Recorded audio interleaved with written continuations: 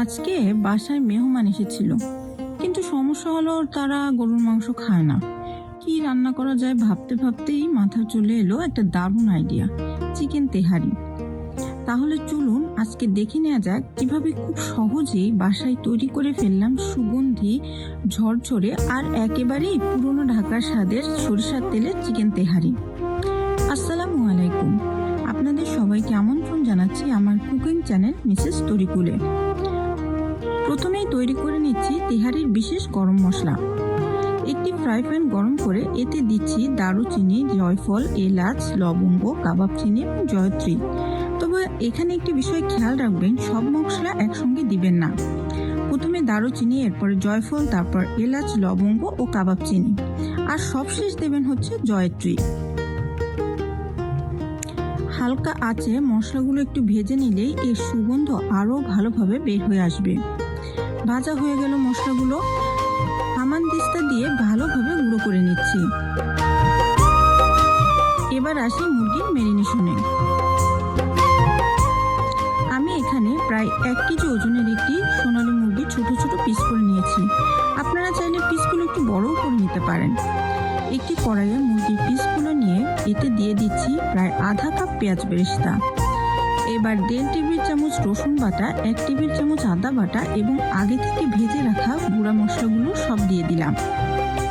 এর সঙ্গে দিয়ে দিচ্ছি 1.5 চা চামচ জিরে গুঁড়ো, 1 চা চামচ মরিচের গুঁড়ো, পরিমাণ মতো লবণ, 3 টেবিল চামচ টক দই এবং আধা কাপের একটু বেশি সরিষার তেল।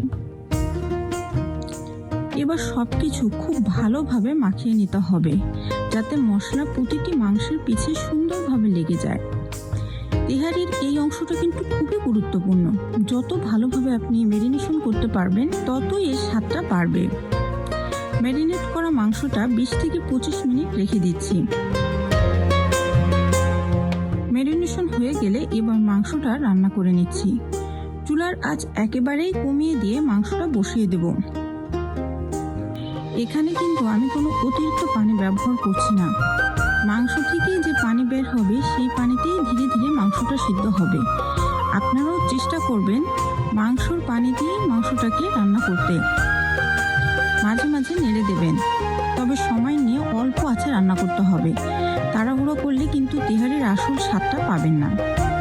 দেখুন মাংসটা কত সুন্দরভাবে সিদ্ধ হয়ে গেছে।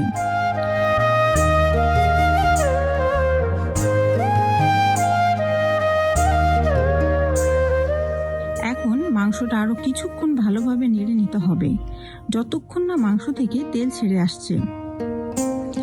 দেখতেই পাচ্ছেন মাংস থেকে বেশ সুন্দরভাবে তেল বের হয়ে এসেছে। এবার চুলা বন্ধ করে কড়াইটা একটু কাত করে কিছুক্ষণ রেখে দিচ্ছি। এতে তেলটা মাংস থেকে আলাদা হয়ে নিচে জমে যাবে। এখন একটি চামচ দিয়ে মাংসগুলো তুলে নিচ্ছি।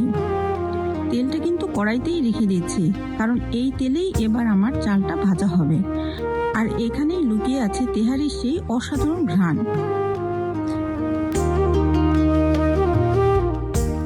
আবার চুলায় কড়াইটা বসিয়ে হালকা নেড়ে দিয়ে আগে থেকে ধুয়ে পানি ঝরিয়ে রাখা পোলাও চাল দিয়ে দিচ্ছি। আমি চালগুলো ধুয়ে প্রায় 15 মিনিট পানিতে ভিজিয়ে রেখেছিলাম। এতে চাল ভালোভাবে রান্না হবে এবং শেষ পর্যন্ত ভাতটা আরো ঝরঝরেও হবে। এবার অল্প আঁচে চালগুলো কিছুক্ষণ ভালোভাবে ভেজে নিতে হবে। দেখুন চালটা কত সুন্দরভাবে ভাজা হয়ে গেছে। এবার চালটা সাময়িকভাবে নামিয়ে রাখছি। এবার রান্নার পাত্রে পানি দিয়ে দিচ্ছি। এখানে সাধারণভাবে যতটুকু চাল নেবেন তার প্রায় দ্বিগুণ পানি ব্যবহার করবেন।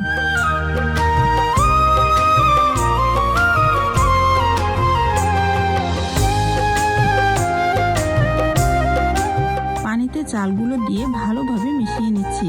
এবার দিচ্ছি 1 চা চামচ লবণ এবং কয়েকটি কাঁচামরিচের ফালি। এখন ঢাকনা দিয়ে ঢেকে বলক আসা পর্যন্ত অপেক্ষা করব। মাঝে একবার ঢাকনা খুলে হালকা করে নেড়ে দিবেন, যাতে চালগুলো নিচে লেগে না যায়।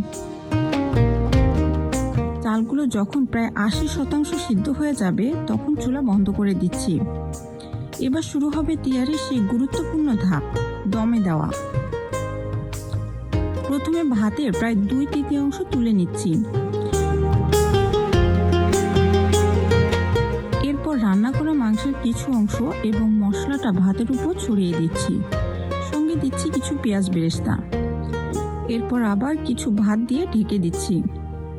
তারপর বাকি মাংসগুলো সুন্দরভাবে ছড়িয়ে দিয়ে আবার পেঁয়াজ বেরেস্তা দিয়ে দিচ্ছি। সবশেষে বাকি ভাত দিয়ে পুরো মাংসটাকে ঢেকে দিচ্ছি।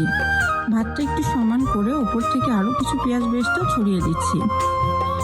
এবার তেহারিকে দিতে হবে সুন্দর একটা দম। এর জন্য চুলায় একটি তাওয়া বসিয়ে ভালোভাবে গরম করে নিলাম। তাওয়া গরম হয়ে গেলে চুলার আঁচ একেবারেই কমিয়ে দিয়ে তার উপর তেহারির পাত্রটা বসিয়ে দিলাম। ঢাকনার উপর ভারী কিছু দিয়ে রাখবেন যাতে ভেতরের ভাপ সহজে বের হতে না পারে। এভাবে কম আছে প্রায় 30 মিনিট দমে রাখবো। 30 মিনিট পর চুলা বন্ধ করে আরও 20 মিনিটের মতো অপেক্ষা করব। আর এবার আসছে সেই কাঙ্ক্ষিত মুহূর্ত। ঢাকনা খুলতেই দেখুন আমাদের চিকেন তেহারি একেবারেই পারফেক্ট তৈরি। ভাতগুলো কতটা ঝরঝরে হয়েছে আর মাংসটা একেবারে সুন্দরভাবে সিদ্ধ হয়েছে। আর সরিষার তেলের সেই ঝাঁঝালো সুগন্ধ একেবারে পুরনো ঢাকা তেহারির কথা মনে করিয়ে দেয়। দেখতে যেমন সুন্দর, গন্ধটাও তেমনি অসাধারণ। দুঃখের বিষয়ে আপনাদের থেকে টেস্ট করাতে পারছি না, তবে আপনারা চাইলে একদিন বাসায় এইভাবে তৈরি করে দেখতে পারেন। আশা করি স্বাদে নিরাশ হবেন না। রেসিপিটা কেমন লাগলো অবশ্যই কমেন্ট করে জানাবেন। আর এমন আরও ঘরোয়া ও মজার রান্নার ভিডিও পেতে আমার চ্যানেলটি সাবস্ক্রাইব করে পাশে থাকবেন। আবার দেখা হবে নতুন কোনো সুস্বাদু রান্না নিয়ে। আল্লাহ হাফিজ।